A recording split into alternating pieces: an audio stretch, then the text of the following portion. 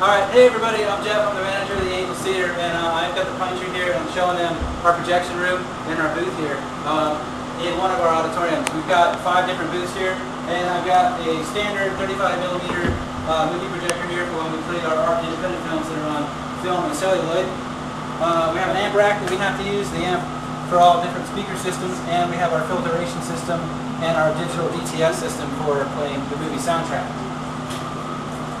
We have a coolant system here for air cooling.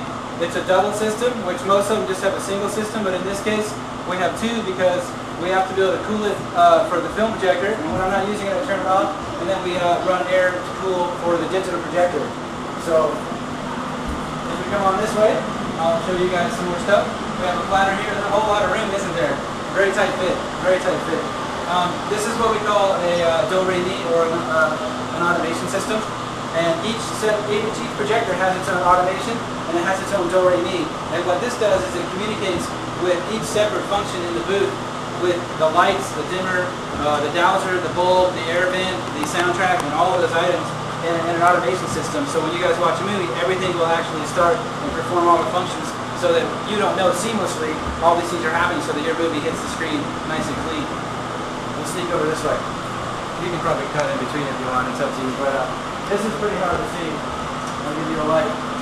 So because we here in the AC3dtheater have changed to DLP and all digital projection, we have what we call an LMS here. It's a giant library maintenance server system. And we can take all of our movies in a hard drive and we ingest them. So they all come in externally in a hard drive case that looks like this. And it's like a hard drive that you would buy at a computer store, except a little bit bigger.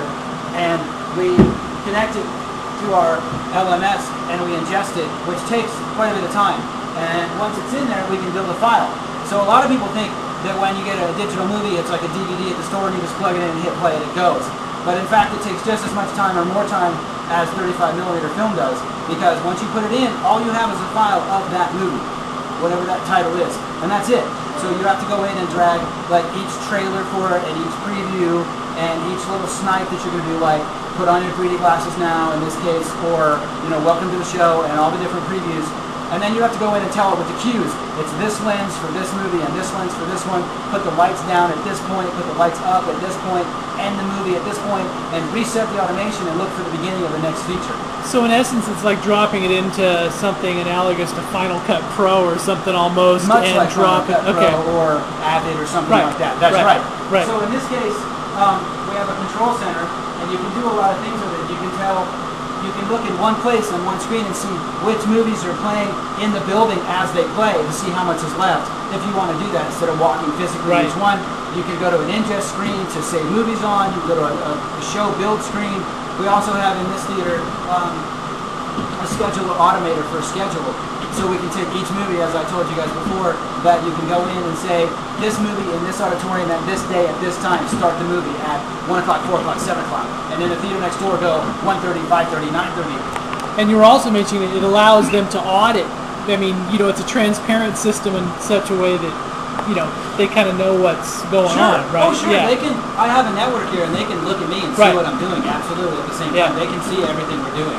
Now, for most IT guys, this looks pretty familiar. You see like a Dell server. You see, see some pretty normal-looking stuff. Pretty normal-looking stuff as far as technology is concerned. And it's pretty normal-looking stuff as far as people are used to in the IT or the POS industry, etc. Right. But it's very unique and it's quite new for movie theaters. Yeah. So when people come in and they go, oh, I'm a big movie buff, and how's your sound system? You're an older building. Right. And I say, well, just come in and give it a listen and tell me what you think. They watch a movie and come out and go, I can't believe how wonderful this DLP is. It's fantastic. Now, I guess the question is technically, even though we're here at a small town Angels camp, technically this is probably one of the most advanced theaters. For how far around? How far? Well, for a building where all of our building is all DLP digital, it's pretty far. Riverbank has digital. Okay. Lodi has 12 screens. They converted 1 to digital, so they can play 3D. So Sonora no, Jackson no, Dublin, Hacienda, digital. But those are big chain companies. Riverbank's not, but mostly it's the big companies like the Regals in other places, Cinemarks, and big chains that are going digital. So if some of our sophisticated Bay Area visitors come up here, they'll feel like watching something or better than they were before they left home. Huh? Absolutely. Yeah. I have quite a few people that own rentals up here, condos, sure. townhouses, things in Avery and Arnold and up the hill, and they live in Oakland, Berkeley, San Francisco, Daly City, all those other places that have great cinema, and they always look at websites and say, oh, no, I'm going to wait and watch it the weekend I go up to Angels Camp. Very cool. Cheaper, better production, better... The popcorn's better. The popcorn's better. We hope so. Yeah. So this is, this is basically our control center for our server. It's probably difficult to see, but I can do one of these guys, which looks a lot like what you're talking about. If we go in here, I can open it up and open it up, and it looks much like a drag and drop set. Right. So Very cool. So I'll swing it around the corner and you get got a couple pictures of the. Yeah, perfect. Hard to see it, but so from this side here, at each individual projection room, you have your own station, and at each station, again, you have a communicating automation in its own set of hard drives and a server that communicates with the main server, so that you can actually start a movie from the server or start it at each station. So you have a work panel here, and your keyboard comes out, and you can do all your data and all your work. You have a touch screen here that shows you what movie you're playing in that theater. So in this case, we're highlighting that we now have 3D at Cinema West Angels Theater. We have our lamp house here. Our lamp house has all its power controls, and we have our coolant on top. This actually will house up to a 4,000 watt bulb. In this case, I'm running a 2,000 watt xenon bulb for light. So, dumb question. No, aren't no questions. What does a bulb like that run? Between 8 and 1,000. Yeah. So this is a big giant light bulb.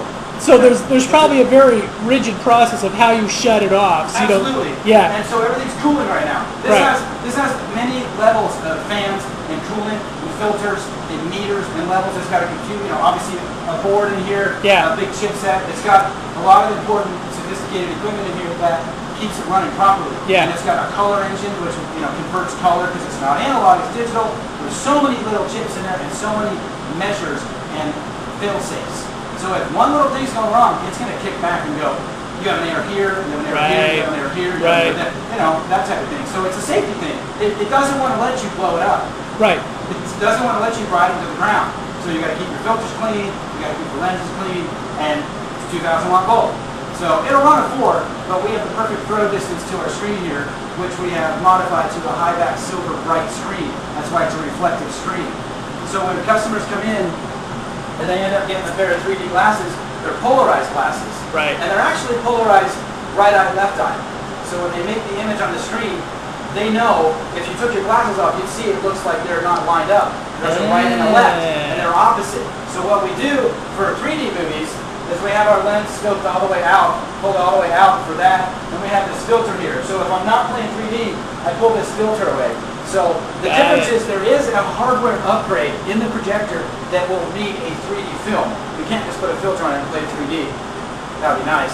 We have an actual hardware set in here that's an upgrade to the existing DLP system that reads 3D movies. For that, then it reads the type of lens you're going to play, and it knows that lens. Then you have a filter in the front of the lens, and then you have your glasses on, and it's the opposite polarization as the glasses, and then images can jump off the screen. Very cool. But the really nice part about it is we're playing with technology, we're affecting technology in a digital way to make it come out of you. Whereas in the 50s, and again in the small resurgence in the 80s of the history of 3D and cinemas, with red-blue, we had a push-pull.